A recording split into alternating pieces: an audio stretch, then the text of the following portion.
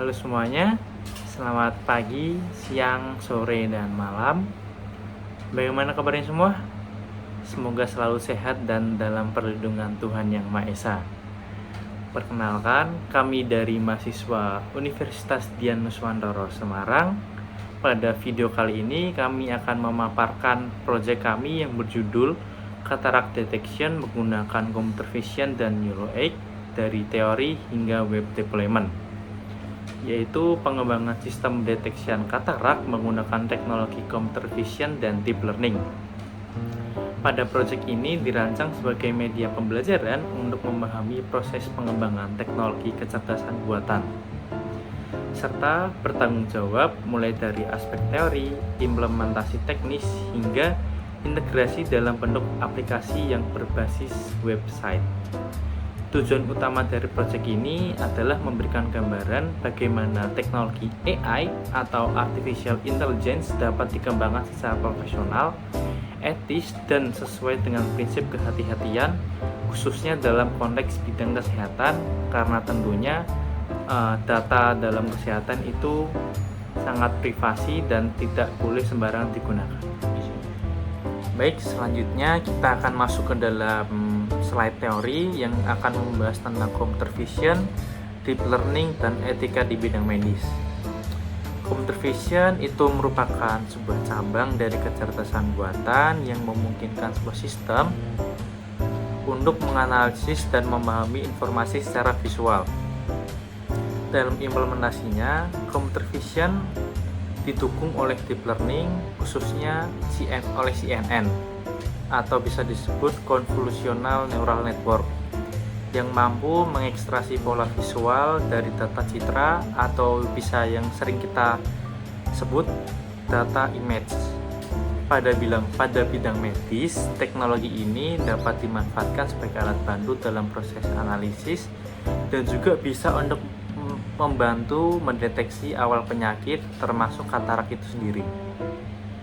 Namun sangat penting untuk diperhatikan bahwa AI itu ditekankan dan tidak dimaksudkan untuk menggantikan peran tenaga medis, melainkan hanya untuk sebagai pendukung pengambilan keputusan.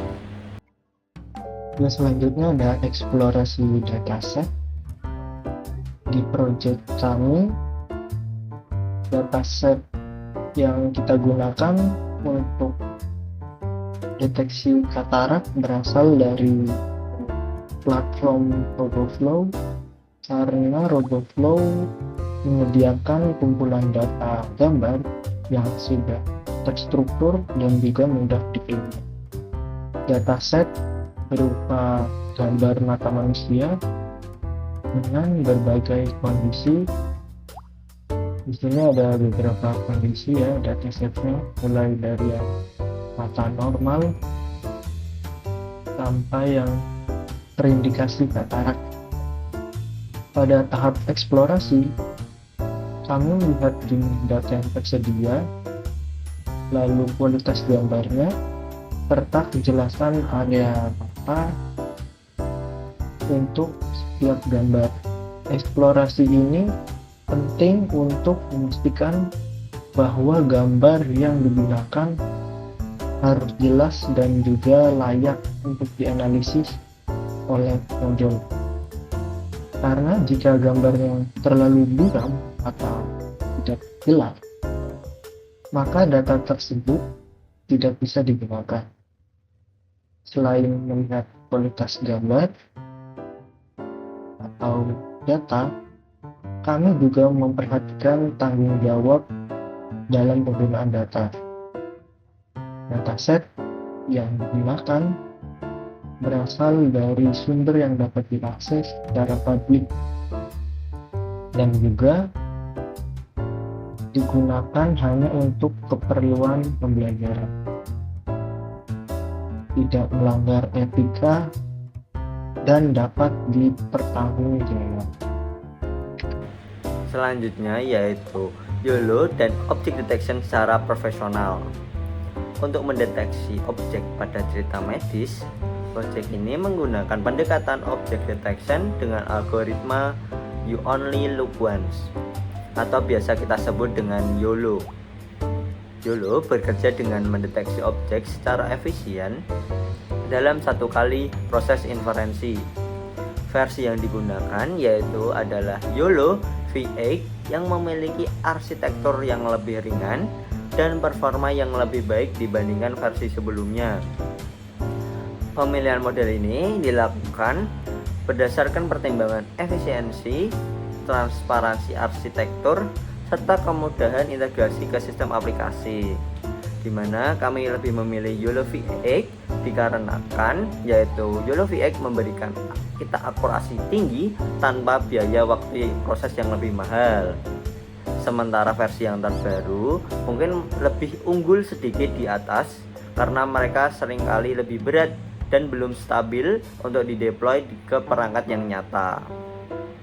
Dalam YOLO juga terdapat size, yaitu ada size nano, small, medium, dan large, di mana mereka terdapat keunggulan masing-masing. Namun pada project kali ini kita akan menggunakan YOLO dengan size nano karena YOLO size nano lebih ringan dan lebih mudah diintegrasikan kepada sistem aplikasi. Ya, setelah dataset awal siap, langkah selanjutnya adalah melakukan proses anotasi dataset Katara menggunakan RoboFlow.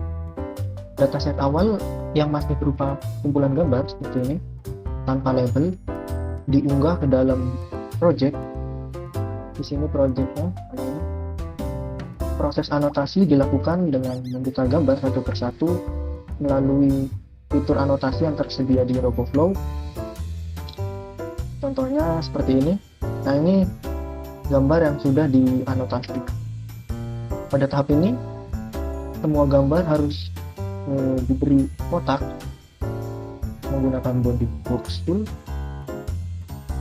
pada area mata sesuai dengan standar YOLO. Bounding box ini juga berfungsi untuk menunjukkan lokasi mata yang akan dikenali oleh model saat proses deteksi katarak. Selama proses anotasi digunakan beberapa tools utama seperti drag tools,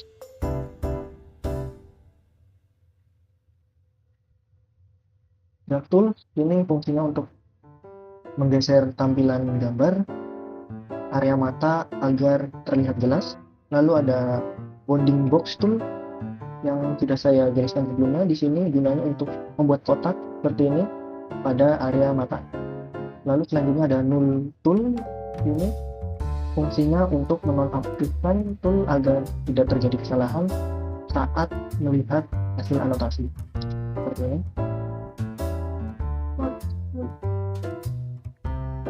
Proses anotasi ini dilakukan dengan sangat teliti karena kualitas anotasi sangat mempengaruhi hasil pelatihan model. Jika bounding box tidak tepat seperti ini, maka model bisa mendeteksi data yang salah dan juga hasilnya akan kurang. Setelah seluruh gambar selesai dianotasi seperti ini dan juga diberi label dengan cara ini, sudah diberi bounding box ya, kotak seperti ini, lalu diberi label, diklik sekali aja. Nah, ini sudah diberi label dengan nama katarak, lalu ada juga label normal seperti ini. Setelah semuanya selesai, maka dataset kemudian digunakan untuk melatih model YOLO V8. Proses pelatihan dilakukan di sini dengan nama file Katara YOLO v8.piumb. Di sini berisi tahapan training model secara sistematis.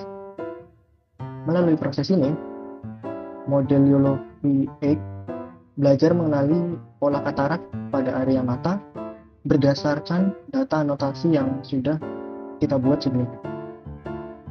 Dalam konteks akuntabilitas model, setiap tahapan mulai dari penggunaan dataset, proses anotasi, hingga pelatihan model harus dilakukan secara jelas dan terdokumentasi.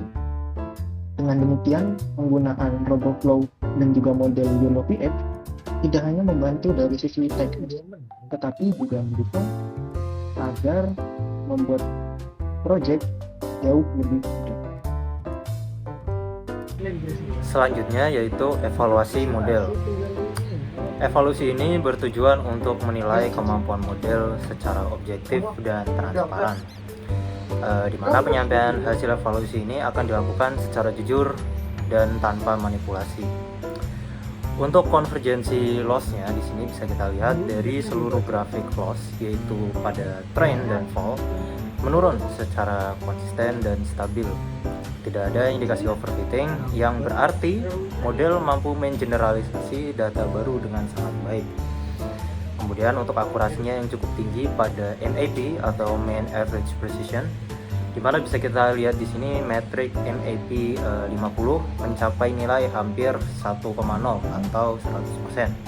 Sedangkan untuk MAP 50 sampai 95 stabil di angka yang sangat tinggi. Hal ini membuktikan model sangat akurat dalam mengenali objek sekaligus presisi dalam menentukan lokasinya. Kesimpulannya yaitu model YOLO V8 Nano yang sudah dilatih menunjukkan performa yang sangat baik dengan penurunan loss yang stabil dan nilai MAP yang mendekati sempurna. Model ini sudah siap untuk digunakan karena memiliki akurasi yang tinggi, namun tetap ringan dijalankan karena menggunakan arsitektur nano.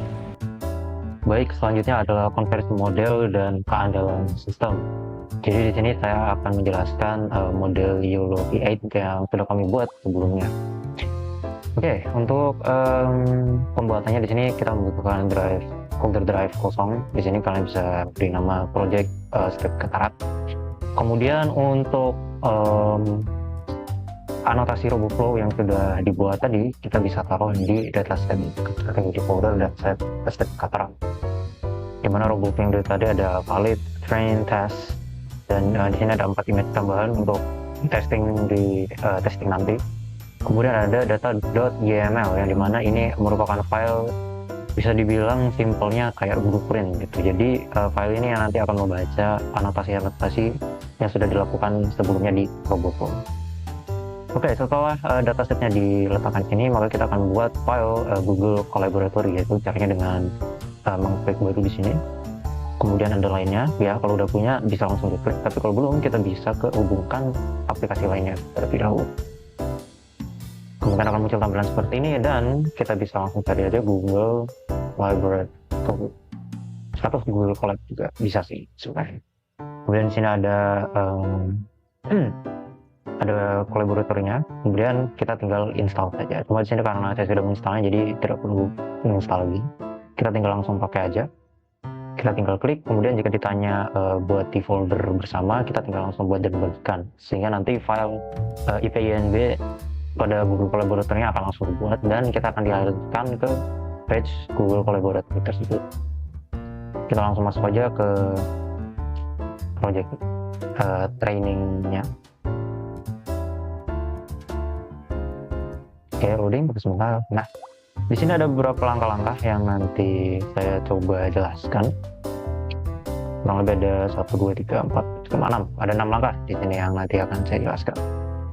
Oh ya, kalau kalian baru pertama kali buat nanti judulnya untitled, ya kalian bisa ganti judulnya terlebih dahulu. Bisa dengan cataract strip YOLO V8 atau terserah kalian sebenarnya. Cuma di sini kami memberi nama seperti ini. Oke, kita langsung saja ke langkah-langkahnya, yaitu yang pertama ada importing libraries.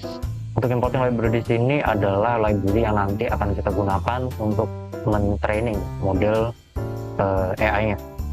Di sini kita perlu menginstal Ultralytics untuk YOLO-nya. Kemudian kita butuh OS.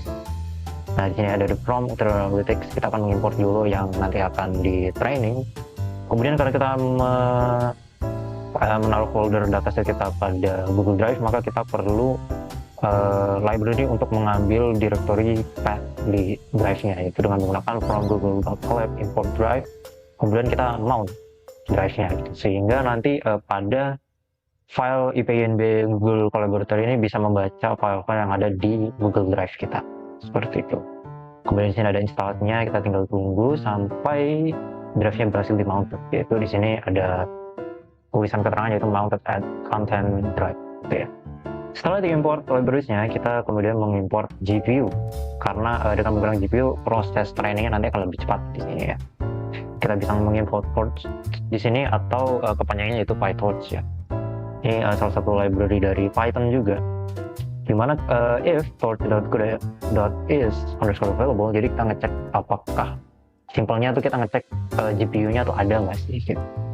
Kalau ada di sini kita bakal ngeprint GPU terdeteksi, kemudian kita bakal ngambil value yang ada, yaitu di sini ada torch.get device name, jadi kita ngambil device yang kita pakai di GPU itu apa. Kemudian kalau enggak ya di sini jelas kita akan ngeprint out GPU tidak terdeteksi seperti itu, karena di sini GPU yang kami gunakan adalah Tesla T4, maka di sini ketika kami melakukan training AI-nya, GPU yang terdeteksi adalah Tesla T4. Dan untuk mengaturnya di sini kalian bisa ke bagian kanan sini di bawah tombol share ada tulisan connect. Kalian bisa connect-nya terlebih dahulu, atau mungkin sebenarnya bisa langsung diganti. Oh ya, bisa langsung diganti. Di sini ada menu tambahannya.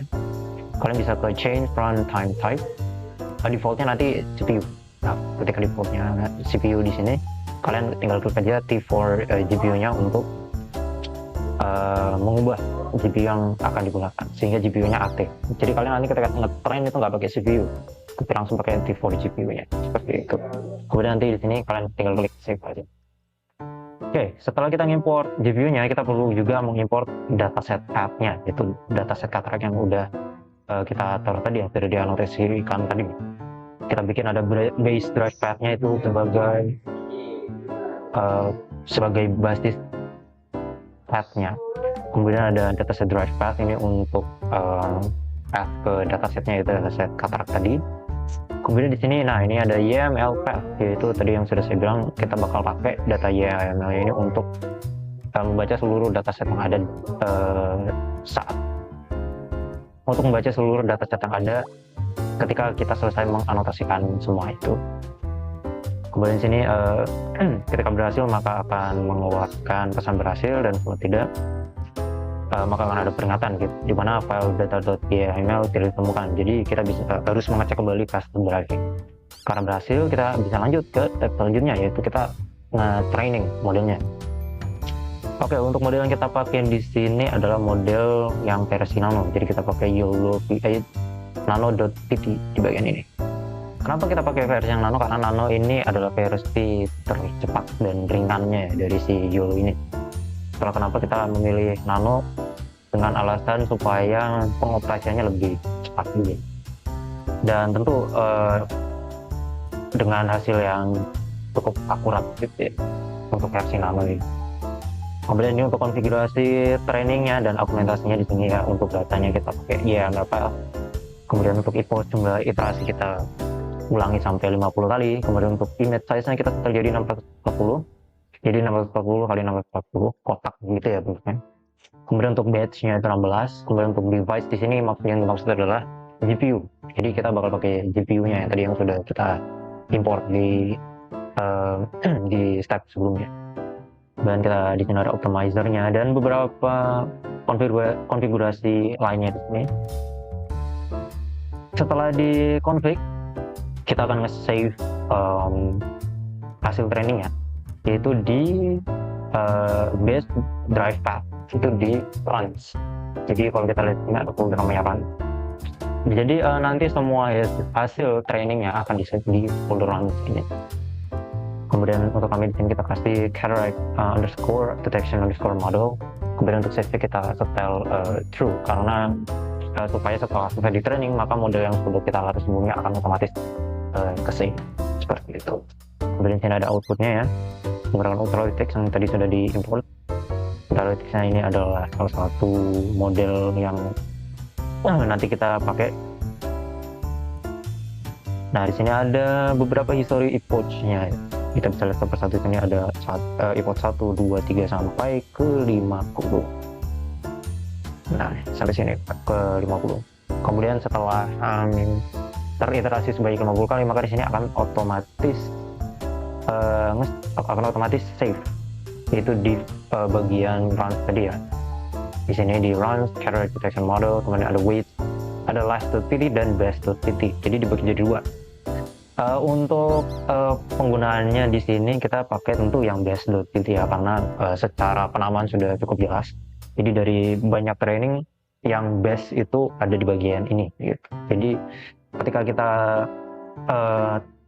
tentu ketika kita ingin mendeteksi objeknya yang sudah kita train, itu kita mau model yang terbaiknya. Itulah kenapa kita bakal pakai best.pt di sini. Kemudian setelah di save akan melakukan validasi ya di sini, content drive, bla bla weight best.pt. Nah ini kita pakai best.pt di sini untuk validasinya, karena itu model atau hasil training yang terbaik ketika kita train. Sini kita bisa lihat MAP-nya berapa gitu ya. Di sini ada di sini adalah hasil trainingannya tadi gitu. Kemudian di sini ada precision recall event confidence-nya di sini ya dalam bentuk file. Seperti ini banyak sekali ya, karena epoch-nya ada 50. Ini bisa dicek kalau mau secara detail. Di sini ada seperti itu. Oke, setelah di train tentu kita akan melakukan evaluasi apakah hasil ini benar ya. Trainingan kita tadi kan akurasinya sekitar berapa di MAP 90%-an gitu. Kita coba evaluasi apakah betul sebagus itu. Tentu kita import kita load dulu modelnya ya, itu model kita bikin code dulu itu model sama dengan YOLO, di mana YOLO ini akan mengambil best.pt tadi yang sudah kita train. Jadi modelnya bakal pakai best.pt ya nih, best.pt. Kemudian di sini adalah code untuk testingnya gitu ya. Ada validasi nilai matriksnya tadi ya, di sini bisa dilihat cukup tinggi ya, yaitu 0,99, dan untuk MAP yang 50 sampai 95 itu 0,91. Ini merupakan hasil yang cukup mungkin ya, udah bagus gitu, karena di sini tingkat MAP-nya mencapai 91%-an. Kemudian kita lihat ini, coba kita tes dengan gambarnya dan ternyata benar. Gambar yang kita tes di sini adalah gambar cataract. Coba di tes image ada ya nih, di tes image ada tulisannya cataract gitu ya, dan benar model memprediksi pada tes image-nya yaitu katarak gitu ya. Kemudian kami juga melakukan tes untuk yang normal sini, dan ya model juga memprediksi normal. Jadi betul sudah kita evaluasi dan memang akurat untuk hasil deteksinya. Dan setelah dievaluasi kita akan mengekspor file.pt tadi menjadi ONNX supaya menjadi lebih ringan. Jadi supaya prosesnya lebih cepat juga. Itulah kenapa kita mencoba mengconvert yang awalnya filenya menggunakan .pt menjadi .onnx. Jadi di sini kita akan ekspor di sini ya. Kita ambil modelnya dulu. Kemudian setelah diambil kita ekspor ke formatnya yaitu ONNX ya. Kemudian file ONNX ini nanti akan kita simpan di bagian folder weights tadi. Di sini seharusnya ada foldernya ya. Jadi setelah kita ekspor tadi atau convert ke ONNX, maka file base.onnx ini akan disimpan di folder weights. Kemudian kita lihat apakah benar ya. Jadi di runs, lalu di cataract detection model, kemudian di bagian weights, dan iya betul, sini ada last.pt, kemudian ada best.pt, kemudian ada best.onnx ya. Jadi semua model training yang udah kita buat tadi tersimpan semua di sini. Kemudian sini ada beberapa hasil resultnya, ada di ya. Buat kalian yang pengen tahu grafiknya bisa cek di bagian results.png ya. Di sini ada grafiknya yaitu train box loss-nya berapa, train CLS-nya berapa loss-nya, kemudian ada file box loss-nya juga berapa. Di sini bisa terlihat menurun ya, jadi semakin kecil gitu loss-nya gitu. Kemudian untuk bagian metric precision dan recall di sini yang dari bawah menjadi tinggi gitu. Ini menunjukkan hasil yang bagus gitu ya, karena loss-nya dikit ya, makin dikit ke bawah gitu, makin kecil lah gitu. Sedangkan di sini untuk matrix precision, recall, dan accuracy itu makin tinggi gitu akurasinya. Dan ada beberapa detail lain di sini seperti confusion matrix juga bisa kita lihat di sini. Ada kernel background-nya, di sini ada berapa angkanya gitu ya. Kemudian ada beberapa ada confusion matrix halnya seperti ini, dan bisa kita cek semua di sini ya. Ada beberapa hasil analisis lainnya dari model apa yang sudah tepat, seperti itu. Selanjutnya ada backend, REST API, dan tanggung jawab developer. Backend aplikasi dikembangkan menggunakan Fast API sebagai kerangka kerja utama dalam penyediaan layanan berbasis REST API. Fast API dipilih karena mendukung pengembangan API yang terstruktur, berperforma tinggi, serta dilengkapi dokumentasi otomatis berbasis Open API, sehingga memudahkan integrasi dan pemeliharaan sistem. Melalui penerapan arsitektur REST API, backend berperan sebagai penghubung antara front-end dan model kecerdasan buatan, memungkinkan pertukaran data secara stateless dan terstandarisasi. Pendekatan ini memastikan pemisahan tanggung jawab yang jelas, di mana front-end menangani interaksi pengguna, sementara back-end bertanggung jawab atas pemrosesan, inferensi, dan pengelolaan data. Dalam pengembangan sistem berbasis kecerdasan buatan, khususnya pada konteks aplikasi kesehatan, developer memiliki tanggung jawab untuk memastikan bahwa API dirancang secara aman, transparan, dan tidak menimbulkan interpretasi diagnostik yang menyesatkan. Oleh karena itu, sistem dibangun dengan memperhatikan aspek validasi input, pengendalian akses, serta penyajian hasil deteksi sebagai informasi pendukung, bukan sebagai keputusan medis final. Selanjutnya yaitu backend Fast API untuk sistem deteksi katarak berbasis YOLO V8. Sistem backend berbasis YOLO Fast API yang bertugas untuk menangani inferensi model deteksi katarak berbasis YOLO V8 dalam format ONNX. Backend ini menjadi penghubung antara front-end berbasis web-based dengan model AI, sehingga proses deteksi dapat dilakukan secara efisien dan terstruktur. Di dalam sistem backend Fast API ini terdapat struktur folder mulai dari apps, di dalamnya diikuti dengan folder API, core, model, service, dan main.py. Nah, di dalam struktur folder ini mencakup mulai dari entry point, endpoint, dan alur dari sistem backend Fast API itu. Nah, struktur ini memiliki tanggung jawab yang sangat jelas sehingga memiliki fungsi pada masing-masing foldernya. Mari kita ulas mulai dari main.py. File ini adalah entry point atau titik masuk dari sistem backend Fast API, di mana di file ini mendefinisikan mulai dari web base, middleware, hingga mendaftarkan seluruh entry point dari sistem API. Selanjutnya kita bahas mulai struktur folder API. Di dalam folder API terdapat file predict.py, di mana file ini berisi terkait endpoint dari Fast API yang digunakan front-end untuk mengakses atau mengirim gambar dan menerima hasil deteksi.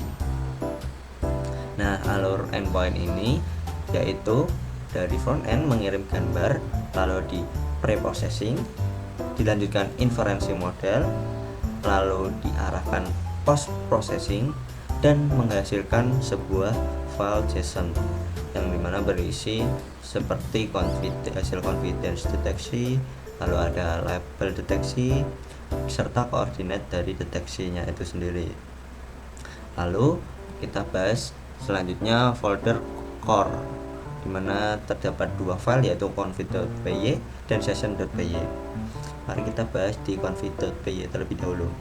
Nah, file ini menyimpan konfigurasi global seperti path modul, lalu ada threshold, lalu ada nama kelas dalam deteksi objek, yaitu ada katarak dan normal. Nah, lalu kita bahas pada session.py. Nah, pada file ini digunakan untuk meload model. Jadi model ONNX hanya di load satu kali saat server dijalankan, bukan setiap permintaan ke sistem backend. Nah, pendekatan ini meningkatkan performa dan menurunkan latensi secara signifikan. Lalu kita bahas pada folder models, di mana folder models ini terdapat atau berisi model kita, yaitu base ONNX yang telah kita konversi pada tahap sebelumnya. Selanjutnya yaitu ada folder service. Nah, di dalam folder service ini terdapat ada dua file, yaitu postprocess.py dan preprocess.py. Nah, kita mulai bahas pada preprocess.py terlebih dahulu, di mana file ini bertanggung jawab mengubah gambar menjadi tensor sesuai input dari YOLO VX tersebut. Nah, tugasnya file ini yaitu mereses gambar yang diinputkan, lalu menormalize, lalu ada convert ke tensor, dikonversi ke tensor, format tensor, dan add bit dimension. Selanjutnya yaitu proses postprocess.py, di mana file ini bertugas sebagai setelah inferensi output model masih berupa tensor atau nilai tensor mentah. Nah, file ini mengubah menjadi bounding box, lalu ada confidence score dan labeling. Nah, disinilah filter confidence, conference coordinate, formatization, hasil formatization diolah dan diarahkan ke frontend.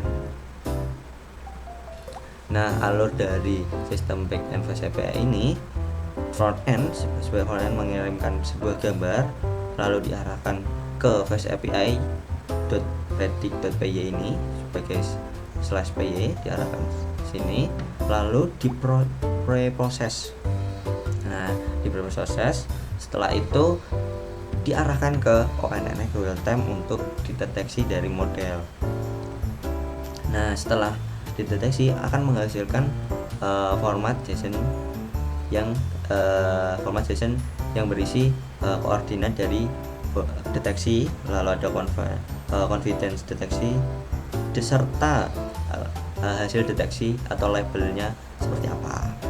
Baru diarahkan kembali ke frontend untuk memvisualisasikan. Nah, mari kita demokan dari sistem backend Fast API ini. Mari kita run terlebih dahulu. Kemana terminalku?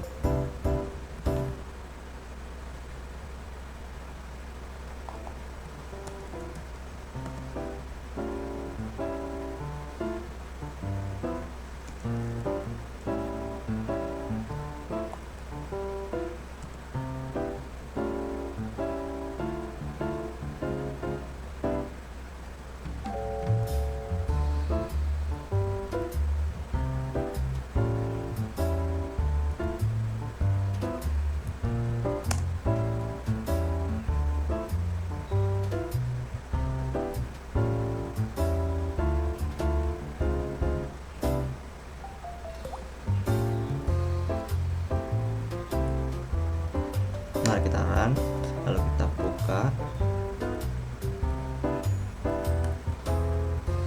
Nah, kita melihat alur dari sistem backend menggunakan box saja, disesuaikan. Nah, di sini sudah akan terlist alur-alur dari backend itu sendiri. Nah, mari kita demokan. Kita coba mengirimkan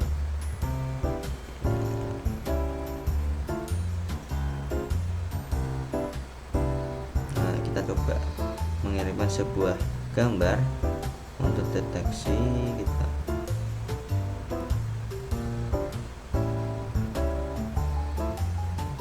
Kita coba sebuah gambar ini ya. Kita execute aja apakah sistem backend Fast API ini berhasil dijalankan. Nah, ternyata berhasil. Nah, ini bakal diarahin ke URL API yang kita telah setting. Nah, ternyata menghasilkan respons JSON yang sudah saya jelaskan tadi, di mana itu terdapat ID-nya 1 dan ternyata namanya normal. berarti gambar yang kita kirimkan tadi itu dideteksi mata normal dengan hasil nilai confidence 0,93, dan ini adalah koordinat bounding box yang akan divisualisasikan menjadi bounding box itu tadi. Gitu teman-teman. Selanjutnya adalah front end. Proyek ini menggunakan React sebagai library utama dengan Vite sebagai build toolnya. Penggunaan Vite bisa kita lihat dari file vite.config.js di root folder. Kami memilih Vite karena proses developmentnya yang sangat cepat dibandingkan dengan Webpack konvensional. Seluruh code sumber aplikasi berada di dalam folder src yang kami bagi menjadi beberapa subfolder modular untuk menjaga kode tetap bersih dan mudah dipelihara. Masuk ke struktur navigasi, kami memiliki folder roots dengan file approots.jsx. Disinilah pusat pengaturan jalur aplikasi kita. Aplikasi ini tidak hanya satu halaman statis, melainkan dibagi menjadi dua fungsionalitas utama yang tersimpan di folder pages. Pertama, ada real-time page.jsx yang dirancang khusus untuk menangani stream video langsung. Kedua, ada upload page.jsx untuk pengguna yang ingin mengunggah file gambar atau video secara manual. Pemisahan antara pages dan components ini sangat penting dalam arsitektur React modern agar logika halaman besar tidak bercampur dengan elemen-elemen kecil yang bisa digunakan berulang kali. Selanjutnya, mari kita lihat folder components. Disinilah unit-unit kecil UI berada. Fokus utama kami ada pada webcam detection.jsx dan detection canvas.jsx, di mana webcam detection ini bertugas mengaktifkan kamera pengguna, sedangkan detection canvas adalah komponen krusial yang bertugas menggambar bounding box dan label hasil deteksi YOLO V8 tepat di atas gambar atau video. Kami juga menyertakan stateoverlay.jsx untuk menampilkan metadata deteksi secara real time, seperti tingkat kepercayaan atau confidence score dan durasi pemrosesan, sehingga antarmuka terlihat lebih informatif bagi pengguna. Untuk menangani data, kami menyediakan folder services. Di sini terdapat API.js yang berfungsi sebagai jembatan komunikasi antara front end ini dengan back end. Semua permintaan HTTP dipusatkan di sini agar jika ada perubahan alamat server, kita hanya perlu mengubah satu file saja. Selain itu ada validate.js untuk memastikan input pengguna sudah benar sebelum dikirim ke server. Terakhir, dari sisi tampilan, semua gaya CSS global dikelola secara rapi di folder styles, dan aplikasi dijalankan melalui main.jsx sebagai entry point. Secara keseluruhan, struktur ini dirancang untuk skalabilitas. Jika ke depan kita ingin menambah fitur deteksi baru, kita hanya perlu menambah komponen atau halaman baru tanpa merusak struktur yang sudah ada. Selanjutnya yaitu mari kita bedah front end dan mendemonstrasikan website deteksi katarak menggunakan YOLO V8. Front end ini tidak hanya sekedar menempelkan UI, tapi dirancang sebagai interface cerdas yang menjembatani kamera pengguna dengan model AI YOLO V8. Kami menggunakan test tag yaitu React.js dengan Vite karena Vite memberikan waktu build yang sangat cepat, dan komponen base arsitektur yang memungkinkan kami memecah fitur kompleks seperti webcam dan canvas menjadi bagian-bagian yang sekecil reusable. Struktur ini kami desain dengan prinsip separation of concern. Mari kita melihat struktur kodenya. Dalam folder src, kami membagi 5 logika menjadi 5 lapisan utama yang akan saya jelaskan satu persatu. Untuk yang pertama yaitu entry point, yaitu melibatkan main.jsx dan app.jsx. Ini adalah gerbang utama di mana inisialisasi React DOM dan memuat CSS global untuk setup awal dimuat. Lalu ada routing layer, yaitu kami memisahkan navigasi menggunakan React DOM untuk mengatur alur antara halaman deteksi real time dan halaman upload tanpa merefresh halaman. Selanjutnya yaitu ada communication layer,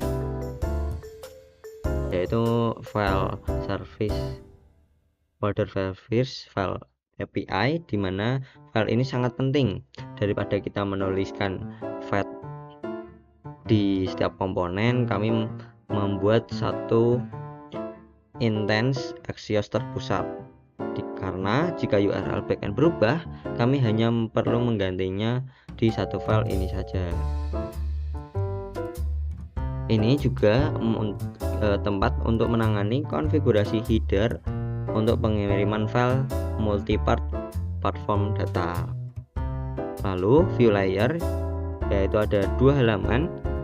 Di dalam folder ini terdapat real time page JSX dan upload page JSX.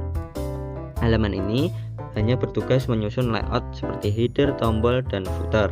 Namun logika deteksinya diarahkan ke components. Nah, mari kita yang kelima, yaitu logic layer yang berada di folder components. Nah, ini adalah otak dari front end, yaitu yang pertama ada webcam detection, yaitu mengurus tim kamera. Lalu ada upload image, yaitu mengurus file heading. Lalu ada detection canvas yang mengurus visualisasi hasil bounding box.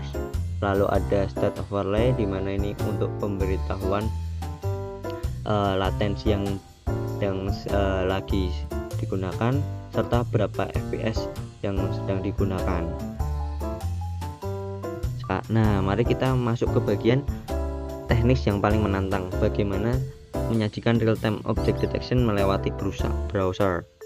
Tantangan terbesar yaitu adalah bandwidth dan latensi.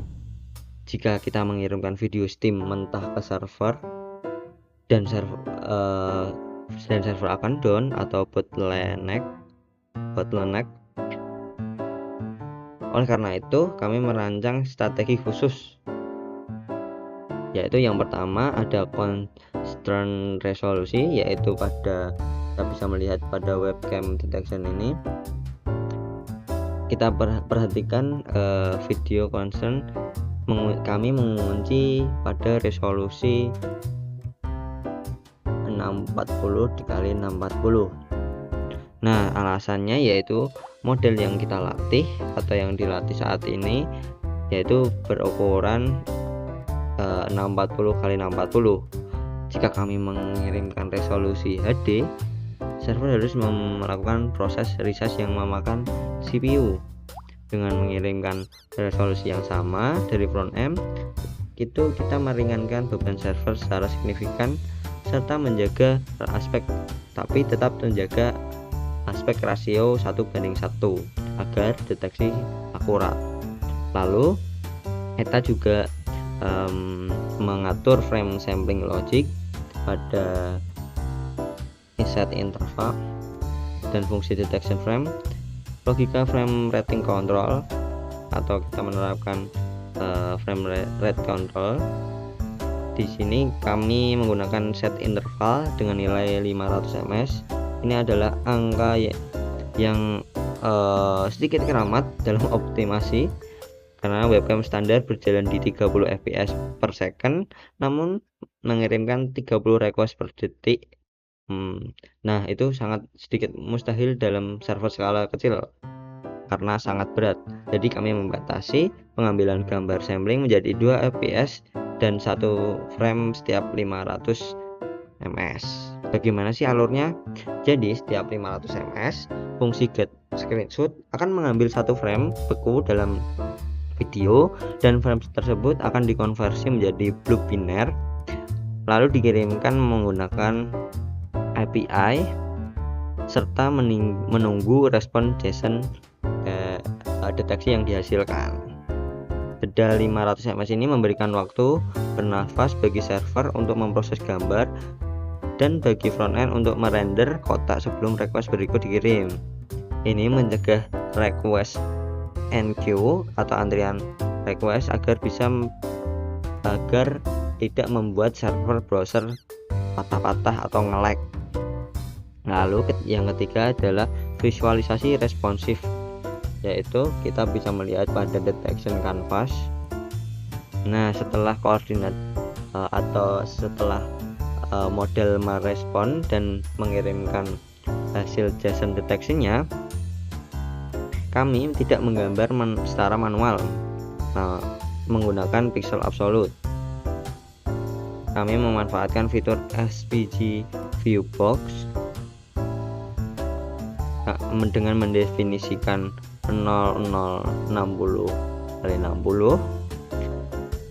Jadi browser akan otomatis melakukan scaling per skala SVG tersebut agar bounding box tetap menempel presisi pada hasil objek deteksi tanpa kami perlu menghitung ulang untuk scaling gambarnya. Nah, untuk membuktikan teori pada yang saya jelaskan, mari kita lanjut uji coba pada website deteksi katarak menggunakan YOLO V8 ini.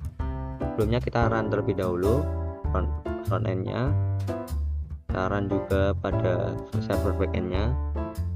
Sudah kita buka halaman ini, kita buka saja. Nah, lalu kita uji coba dengan kita memasukkan gambar. Kita pilih gambar dulu. Untuk yang ini kita upload agar gambar ini diolah dan dianalisis berapa objek yang dideteksi. Nah, sudah dianalisa, ternyata pada gambar ini hanya satu objek ditemukan dan itu dideteksi mata normal. Nah, bagaimana kita mendeteksi yang katarak? Kita coba yang ini.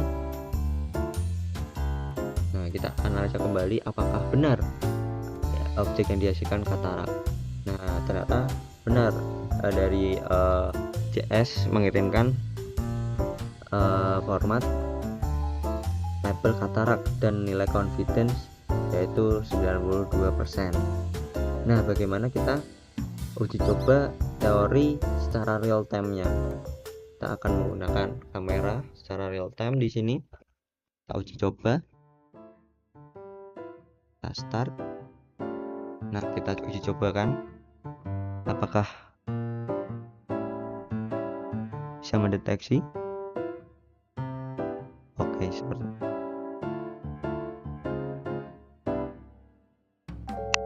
Nah, ternyata real time kita mendeteksi mata yang normal dengan confidence 84 ya. Kita coba sebelah sini. Nah, itu juga mendapatkan deteksi dengan confidence 67, 70.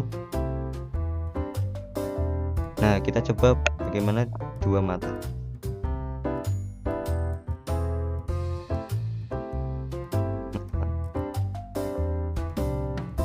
Oke, mendeteksi dua mata normal dengan nilai confidence berapa tadi? Kita uji coba lagi. 60, 85 dan 86. Nah, ternyata teori atas yang saya sudah jelaskan ternyata benar. Jadi kesimpulannya ya, front-end ini berhasil mengatasi tantangan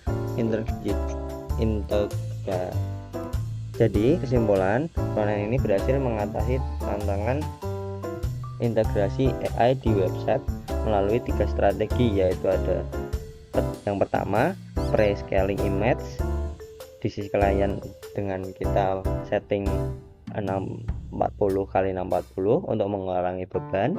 Lalu ada throttling request, yaitu setiap kali 500 ms untuk menjaga performa jaringan. Lalu yang ketiga ada responsive SVG overlay untuk visualisasi yang akurat di berbagai perangkat. Nah, ini merupakan proyek aplikasi deteksi katarak menggunakan YOLO V8.